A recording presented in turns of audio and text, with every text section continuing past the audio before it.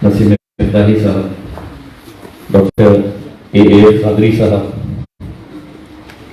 शाहिद नक्शबंदी साहब, शकीब खुसरो साहब, नफ्सियाती सेहत। आज जिस किताब का इजरा किया गया है उसके राइटर डॉक्टर सना खादरी खिलजी और डॉक्टर फैसल अहमद खिलजी साहब, मौलाना जुनैद फारूकी साहब, मुफ्ती नईम साहब, मौलाना अब्दुल खदीर बदरी साहब। मैं सबसे पहले तो डॉक्टर खादरी साहब से माजरत इस बात के लिए चाहता हूँ कि सैटरडे और संडे किसी भी पॉलिटिकल शख्स के लिए बहुत बिजी शेड्यूल होता है, और इसीलिए मैंने, आपने जब मुझसे ये कहा था कि ये इनॉग्रेशन के लिए आना है, मैंने उसके लिए रजामंदी तो की थी, लेकिन ये भी दरख्वास्त किया था कि मैं ज़्यादा वक्त माजरत के साथ मैं दे नहीं पाऊँगा करके। मैं डॉक्टर खादरी साहब, उनकी फैमिली को कई सालों से जानता हूँ। शायद उस वक्त से जब मैंने और सैयद रिजवानुल्लाह साहब ने हमने अपने लोकमत का सफ़र शुरू किया था, आज से तकरीबन 30 साल पहले, और उस वक्त से डॉक्टर खादरी साहब के कामों से हम पूरी तरह से वाकिफ है। यकीनन ये किताब जो लिखी गई है और जिनके राइटर्स हैं उनको डॉक्टर खादरी साहब के जो एक्सपीरियंसेस हैं, क्योंकि वो जो हॉस्पिटल चलाते हैं उसमें कैसे अलग अलग तरह के पेशेंट्स आते हैं और कैसा वो हैंडल करते हैं, तो यकीनन इस किताब में उन तमाम एक्सपीरियंसेस को देखते हुए ये किताब शायद की गई है। नफ्सियाती सेहत, यहाँ हम लोग जितने भी लोग मौजूद हैं इस हॉल के अंदर, हम लोग अल्लाह का लाख लाख शुक्र अदा करना चाहिए कि हम लोग आज जिंदा है, क्योंकि कोरोना के पीरियड में हम सब ने देखा है मौत को बहुत करीब से। ऐसे हालात के अंदर जब लोग अपनी जान ले रहे थे तो साइकोलॉजिकली उनके घर वालों के ऊपर, हर इंसान के ऊपर कैसा असर हो रहा था भी आते हैं। मैंने एक नौजवान लड़के को महज इसलिए अपनी जान देते हुए देखा कि उसके वालिद, उसके वालदा दोनों भी कोरोना से इंतकाल कर गए थे, और जब लड़के को हल्का सा बुखार आया, एक साइकोलॉजिकल प्रेशर था उसके अंदर कि मैं जिंदा रह पाऊंगा या नहीं रह पाऊंगा। आज हम बहुत सारे ऐसे सिचुएशंस को हम फेस कर रहे थे कि जहां पर एक नौजवान तबका, जिसे हर रोज डॉक्टर खादरी साहब अपने हॉस्पिटल के अंदर, उनके बेटे अपने हॉस्पिटल के अंदर देखते हैं, महसूस करते हैं कि हमारा जो नौजवान तबका है वो क्या वजह है कि नशे की तरफ इतना तेजी से बढ़ रहा है, क्या उन्हें सुकून मिल रहा है उस नशे के अंदर, क्या वजह है कि कुछ साल पहले तक कभी हमने इस बीमारी को अपने शहर के अंदर सुना नहीं था, लेकिन आज एक बहुत बड़ा गर्व हमारा शहर बन चुका है नशे के ताल्लुक से। कहां ऐसी गलती हो रही है हमारे बड़ों से, हमारे नौजवानों से? क्या वजह है कि आज हमारे अस्पतालों के अंदर ऐसे कितने सारे नौजवान, और मैं अगर गलत नहीं होगा डॉक्टर साहब इसका खुलासा कर सकेंगे कि सिर्फ नौजवान लड़कों के बारे में अब मैं बात नहीं कर रहा हूं। बड़ी अफसोस के साथ और बड़ी जिम्मेदारी के साथ ये कहना पड़ रहा है कि कई ऐसी बच्चियां भी है जो आज नशे का शिकार हो रही है। तो क्या वजह है कि हमारी नस्ल, नौजवान नस्ल जो है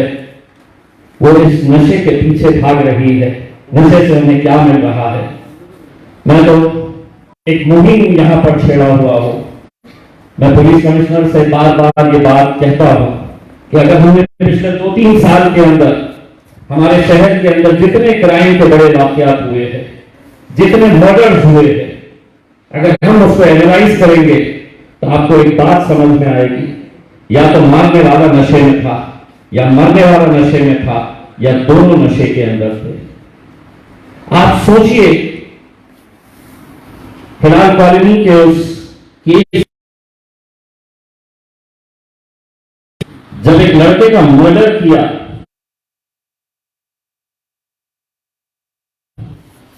तो उस मर्डर करने के बाद उसने उसके जिस्म के पीछे के हिस्से को जिस तरह से गोश्त काटते हैं वैसे गोश्त के टुकड़े उसने काटा, कुछ कागज कुछ पत्ते जमा किया, लकड़ी के अंदर उस गोश्त को डाला और जैसा कबाब को भूनते हैं वैसा कबाब को भूना। मैंने बेगमपुरे के पीआई ने मुझसे ये बात कही और उसने कहा कि मेरी तकरीबन 28 साल की सर्विस है, मैंने इतना भयानक केस मेरे 28 साल के करियर के अंदर देखा नहीं। चिकनखाने के अंदर जब मर्डर हुआ, दो मोटरसाइकिल के ऊपर जाने वाले नशे को आपस में लड़ लेते हैं, गाड़ी रोकता है, एक छुरा निकालता है और दूसरे के अंदर छुरा ठोक देता है, तो सिर्फ मर्डर नहीं करता है, मर्डर करने के बाद उसकी आंखें निकालता है और आंखें निकाल के गोटी जिस तरह से खेलते हैं, हम गोटियां जिस तरह से खेलते हैं वैसा वो खेल खेलता है। ये वाकयात मैंने पार्लियामेंट के अंदर खड़े रहकर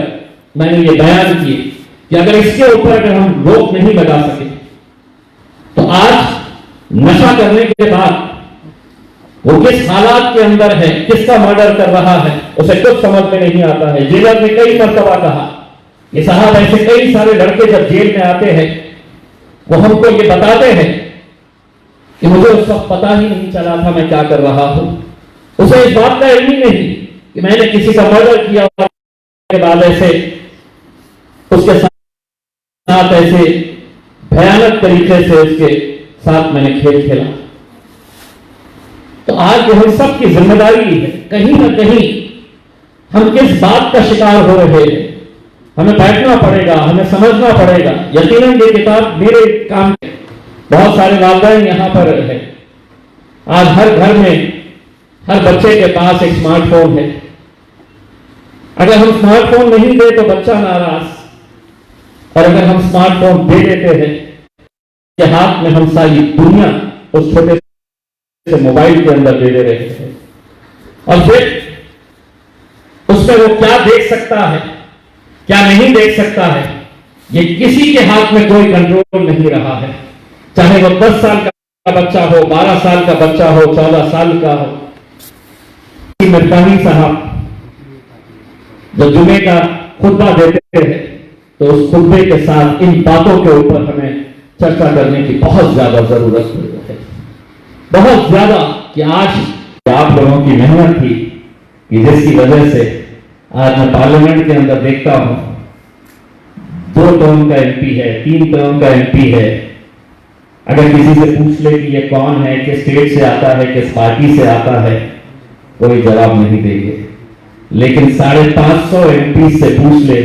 कि ये बंदा कौन है, तो कहेंगे कि औरंगाबाद से आने वाला MP, member of parliament Aurangabad से। आज कहीं न कहीं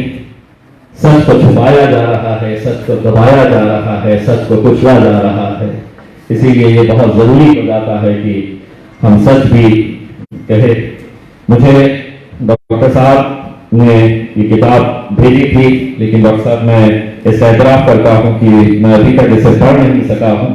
लेकिन इंशाल्लाह जब भी ऐसी किताबें मिलती है, दिल्ली का सफर 2 घंटे का होता है, तो मैं ये किताबें फ्लाइट में लेके जाता हूँ और जितना हो सकता है, क्योंकि वही एक वक्त मिलता है कि यहाँ पर हम अपने नॉलेज के अंदर इजाफा कर पाते हैं, वरना यहाँ पे तो हमें मानसियों की दावत और उद्घाटनों के अंदर ही बिजी रखा जाता है।